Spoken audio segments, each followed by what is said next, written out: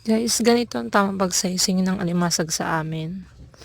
Yung hawak ni Papa, pinipili niya yung mga reject, kinalis niya yung mga reject.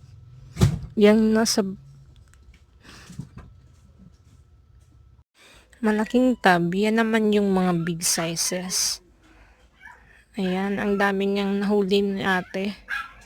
Asawa pala ni ate, nakahuli niyan. Yung pinipili pala ni Papa, small, big, medium size. Ayan, gumagalaw pa nga yung buhay na buhay pa. Oh. Fresh talaga. Yung iba natanggalan ng sipit, pero okay pa naman yan, binibili pa naman yan. Yan, yung malaking yan. Paborito ko yan eh. Yan. Ang tawag dyan, lalaking alimasag. Blue crabs. Swerte ng asawa ni ate, ang daming huli oh.